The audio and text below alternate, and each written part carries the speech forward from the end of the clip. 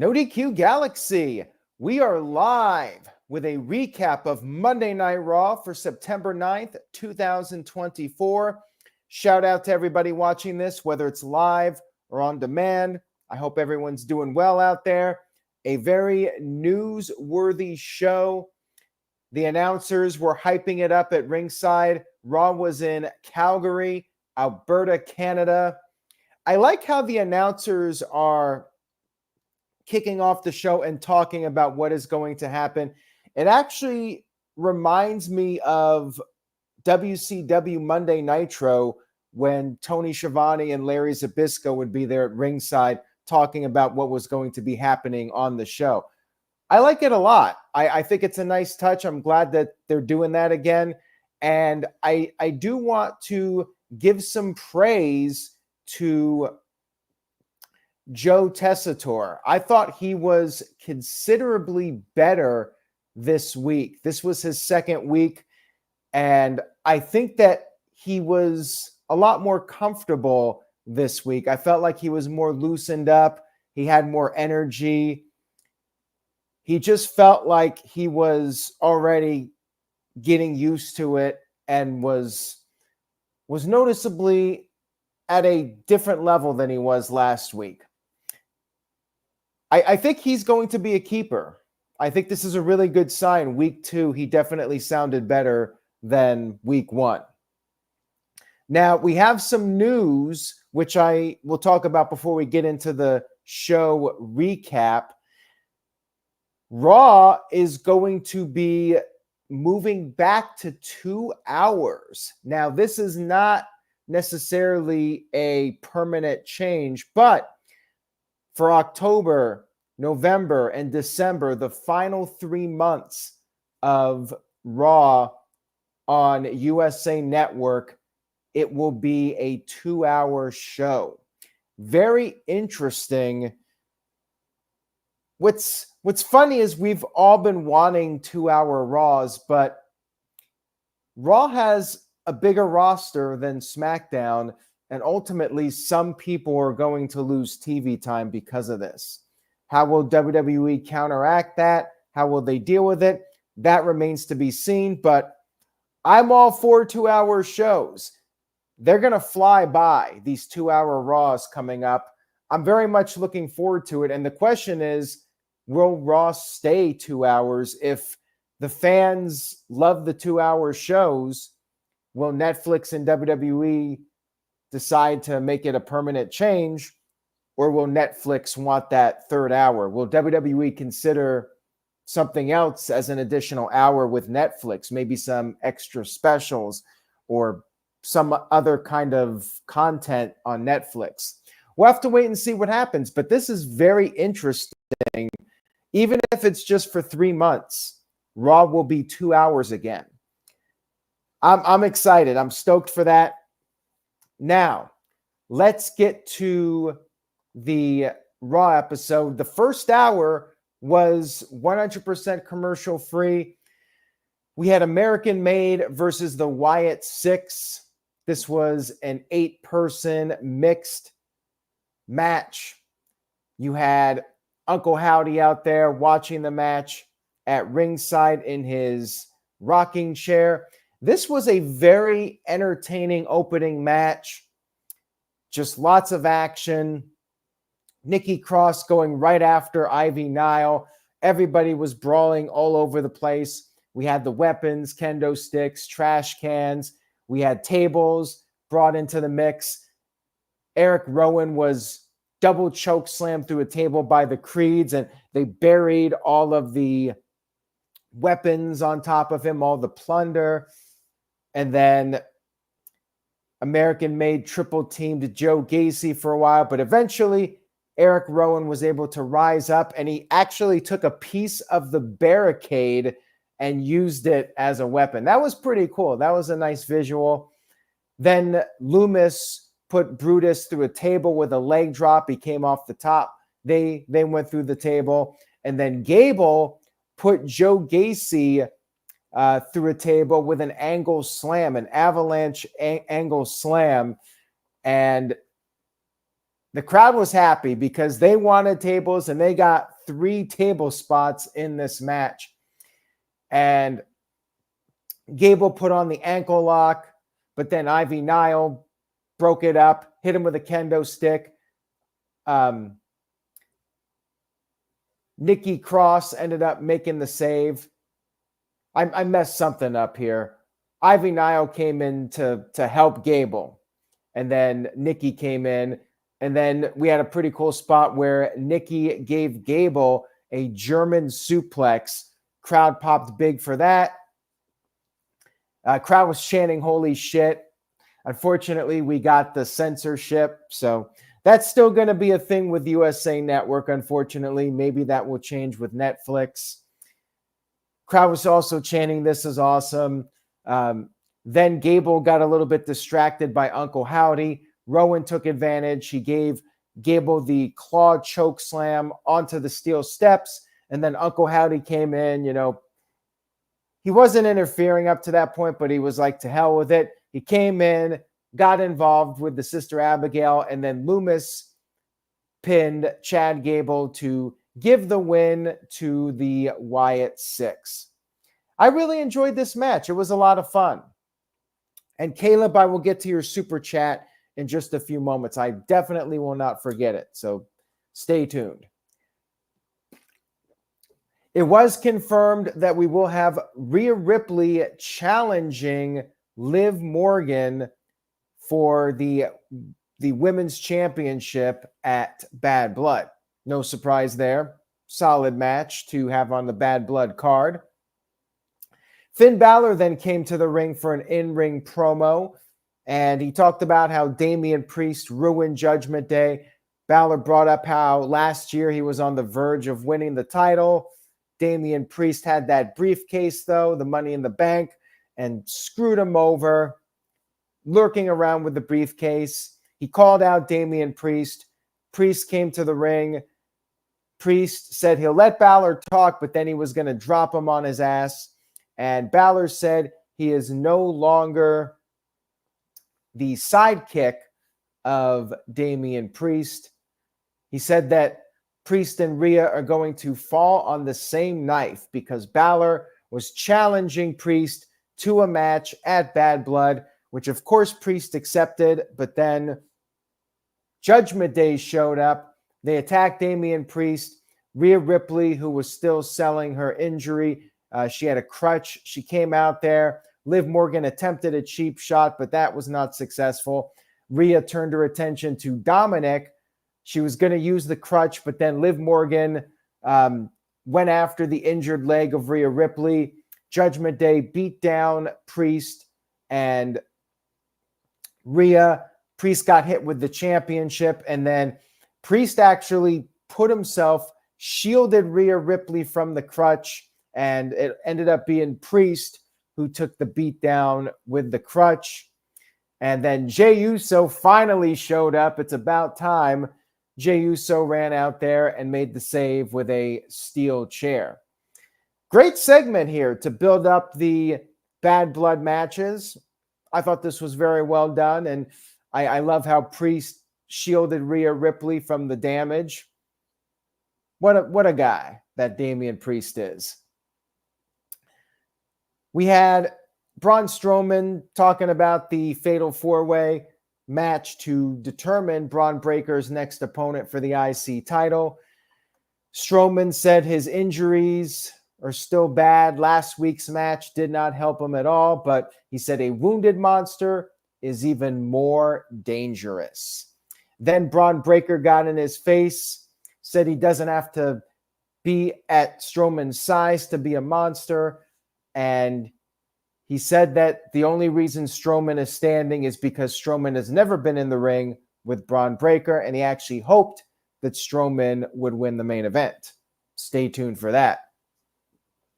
We had Bianca Belair and Jade Cargill versus the Unholy Union, which is Isla Dawn and Alba Fire. This was for the women's tag team titles match. It was a pretty basic match. Jade was selling her leg for a while. They worked over Jade, and then Bianca came in for a hot tag, but the numbers game caught up with her.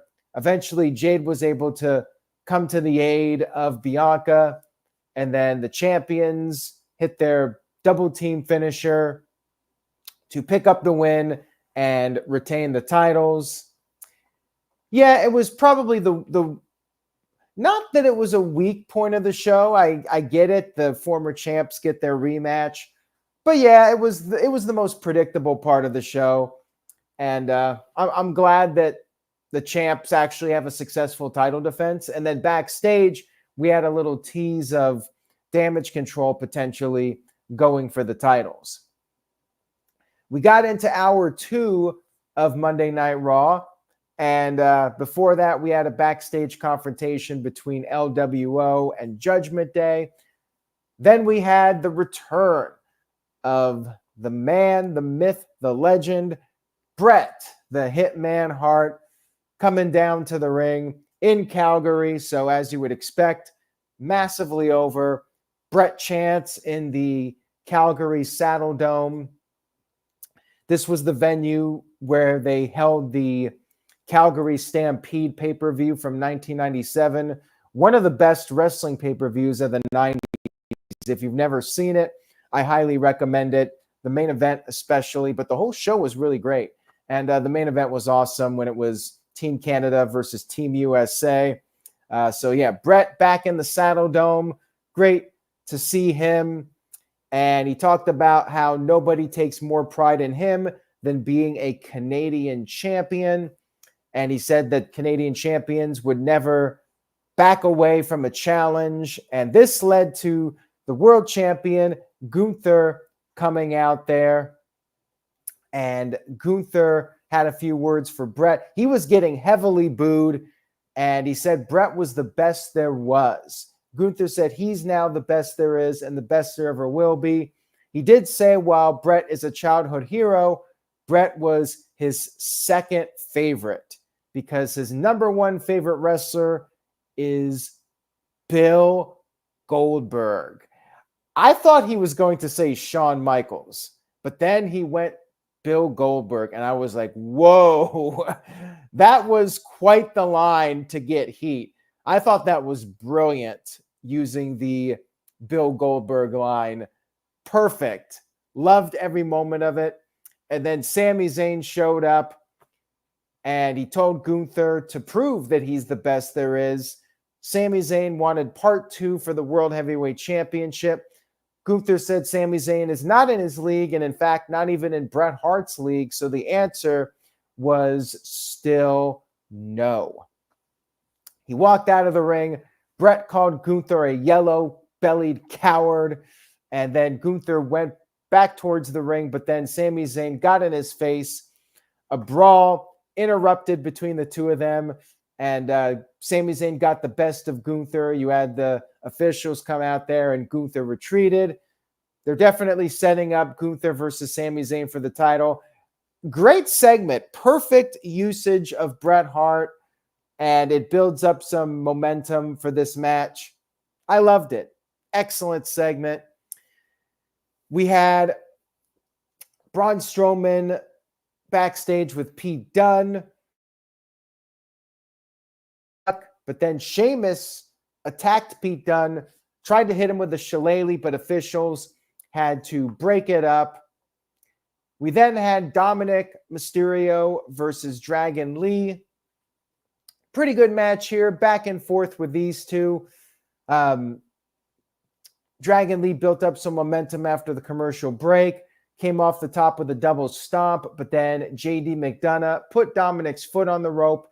There was a brawl on the outside. Liv Morgan then clipped the leg of Dragon Lee while all the chaos was going on and the referee was distracted. And then Dominik hit the 619, came off the top with the splash, the frog splash, and picked up the 1-2-3 victory. I was entertained by this. I feel bad for Dragon Lee. He really needs a win. He hasn't really been able to pick up some big wins in WWE, so hopefully that will change. Shout out to Building Nexus with a $5 super chat. Thank you for that. I appreciate it. says a Terra Twins and Ray storyline has real potential. Oh yeah, for sure. And I wonder at some point if we're going to get a merger where the Terra Twins team up with the LWO against Judgment Day in some big blockbuster, like 5-on-5 match or something like that. I think it's inevitable that we'll get it. You know, of course, there's a lot of history between Ray and Damian Priest and Rhea Ripley. So we'll see if WWE comes up with an angle to get them back together and it's not just Ray instantly forgiving them. I would love like a traditional Survivor Series match. That would be perfect. Traditional Survivor Series match, Judgment Day versus the LWO and the Terra Twins. I would like that a lot. I would be cool with that as a match. We had Sonya Deville coming out with the Pure Fusion Collective. Now, they laughed at the idea of Lyra Valkyria having a mystery partner with Zelina Vega. And as it turns out, it was, as I expected, Natalya making her return in Calgary. She got a big reaction. This was good because Natalya was in it. It was in Calgary. Good moment for her. Pretty standard match. Natalya's team won. Triple sharpshooters. Zoe Stark tapped out.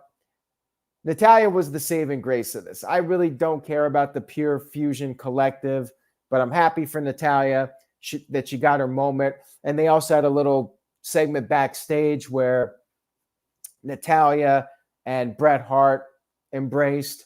That was cool. I liked it. Shout out to D. Martin Fifth, who sent in a $5 super chat. Thank you for that.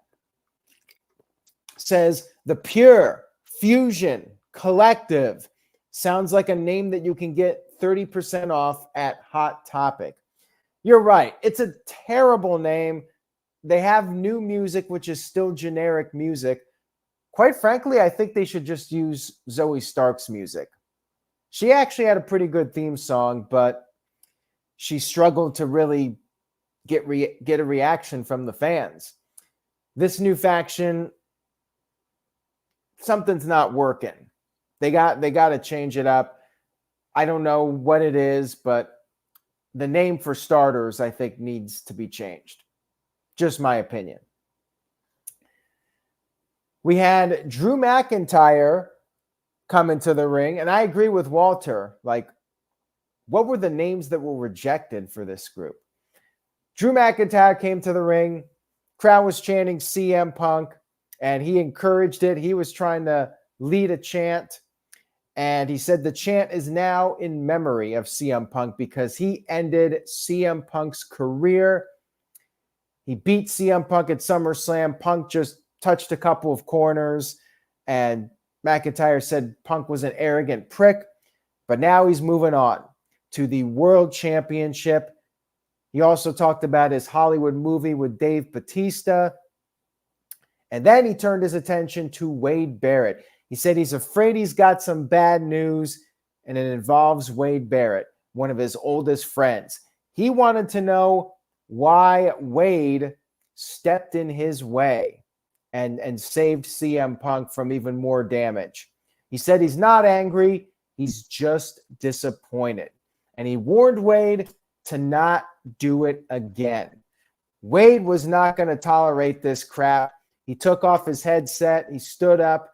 But then Adam Pearce came out there. He had some info for McIntyre. He said CM Punk is not done with McIntyre. And Pearce said it has to end between them. And it will be finished once and for all at Bad Blood inside Hell in a Cell. It is official. Hell in a Cell. CM Punk versus Drew McIntyre. Great setup. I love Adam Pearce's delivery of the line. And I really liked the interaction between Wade Barrett and Drew McIntyre. Am I the only one that wants to see Drew McIntyre versus Wade Barrett now? This segment got me hyped for that. I wonder if somehow Wade Barrett will be a factor in whatever happens at Hell in a Cell. And maybe that sets up Drew McIntyre versus Wade Barrett.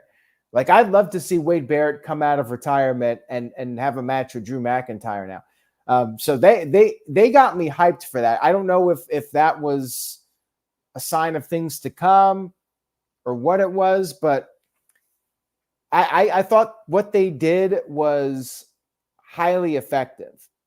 But yeah, we got Hell in a Cell coming up to conclude the CM Punk and Drew McIntyre. Well done segment, very enjoyable.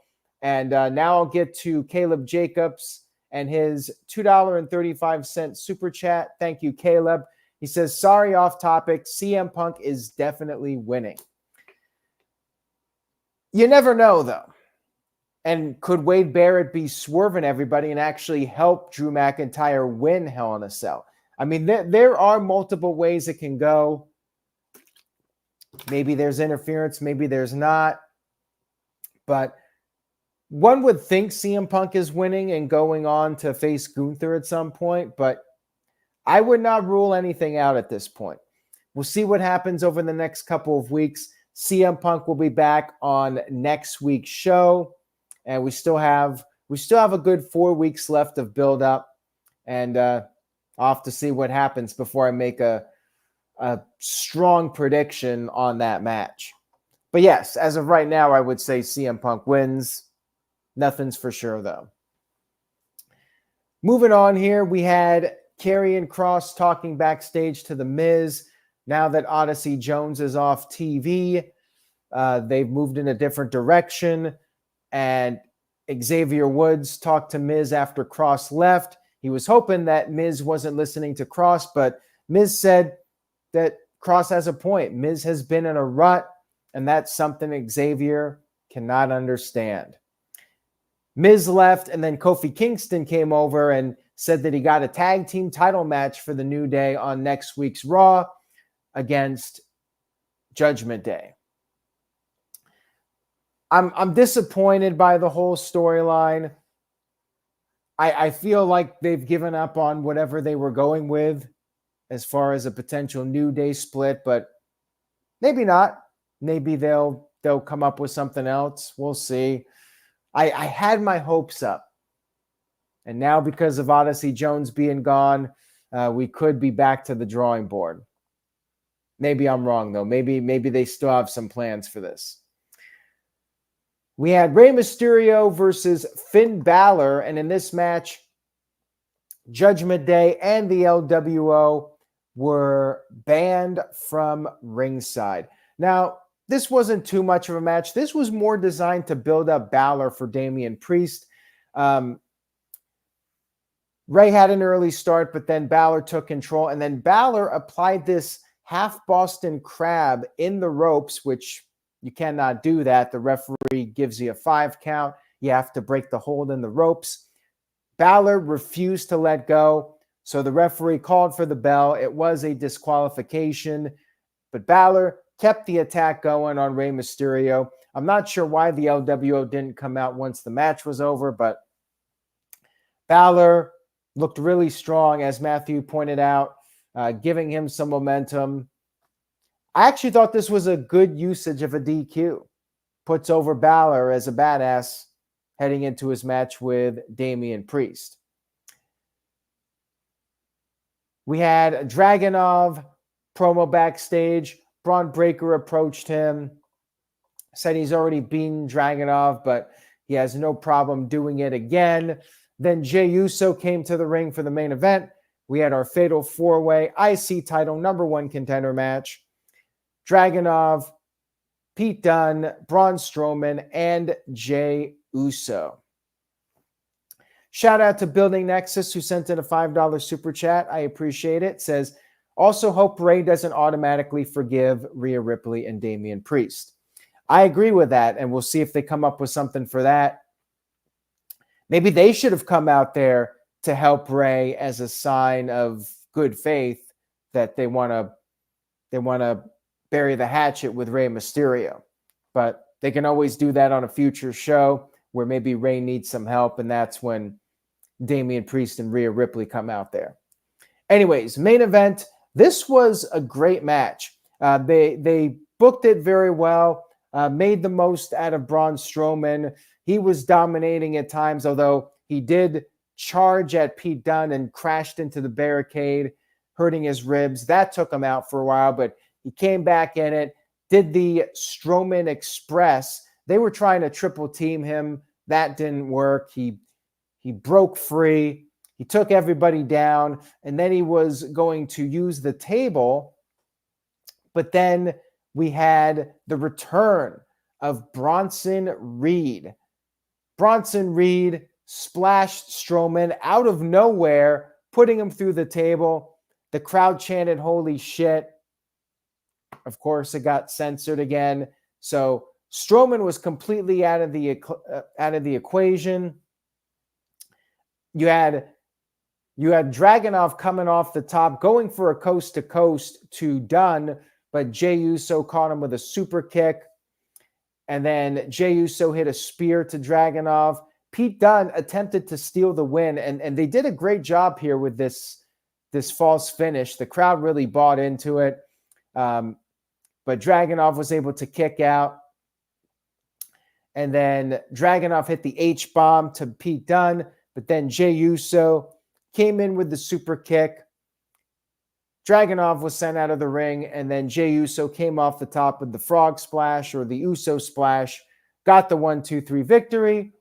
No surprise here. Jey Uso wins, but it was a hell of a main event. Very well worked match. And then afterwards, we had Braun Breaker come in the ring, hold up the title. They didn't confirm when this match is happening. I would like it to happen at Bad Blood, just because they spent so much TV time setting it up. But we already have 3 matches for Bad Blood, all Raw matches. And we know WWE likes to keep these cards short. I hope they add it to the pay-per-view, though, and then maybe have Tribal Combat and Cody's match, and then you got your 6. Have 6 matches on the card. I think they should. I really think the IC title should be defended at Bad Blood, but it wouldn't shock me if they put it on Raw. I just feel like with all this buildup, it needs to be on a premium live event. And I feel like the Crown Jewel show or whatever the Saudi Arabia show is too far in the future. So all in all, I thought it was a great Raw. This was the first Raw against football, and they definitely put on a strong show. I give it an A-. I put it in the great category.